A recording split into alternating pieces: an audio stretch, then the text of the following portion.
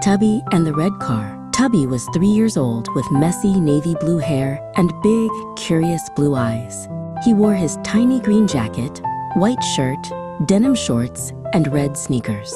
His white cat ear headphones made him feel special. "Ready for the playground?" asked Mama. Tubby bounced excitedly. His red sneakers squeaked on the floor. The sun was shining bright. It was going to be a wonderful day for playing outside. The playground gate opened wide. Tubby saw swings, slides, and sandbox treasures everywhere. Children were laughing and running around. His heart felt full of happy bubbles. Where should he play first? Tubby heard wonderful playground music. "Higher," called swing riders. "I'm the captain," shouted climbers. "Look at me," giggled sliders. But then he heard something different, something much louder. "Mine, mine, mine," came voices from the toy area. Tubby hurried over to see. 6 children formed a circle, all reaching and yelling. In the middle stood a scared little girl clutching something red. Tubby gasped. The girl held the most beautiful red toy car ever. It gleamed like a fire truck with perfect black wheels.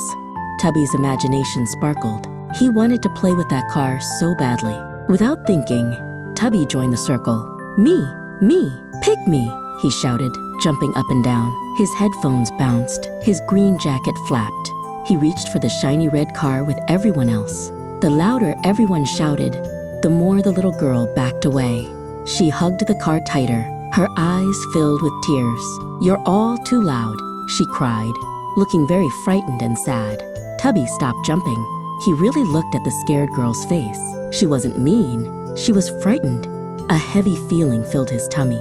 Shouting made it worse, he thought quietly to himself. Tubby stepped back from the noisy circle. He adjusted his cat ear headphones and rubbed his chin, thinking hard. Maybe there was a different way. Maybe being gentle would work better than being loud. While others kept shouting, Tubby walked around to the side quietly. He approached slowly, like walking toward a baby bird. When he was close, he raised his hand politely in the air. "Excuse me," Tubby said in his softest voice. The little girl's eyes grew wide with surprise. No one had used quiet words. "My name is Tubby. What's your name?" he asked kindly. "I'm Emma," the girl whispered back. She was still holding the card tightly, but not as tightly as before. Tubby smiled gently. "Hi, Emma. That's a really beautiful red car you have." "Emma," Tubby said carefully, "could I play with the car for just 1 minute? I promise to give it right back. We could count together, or use my headphones as a timer."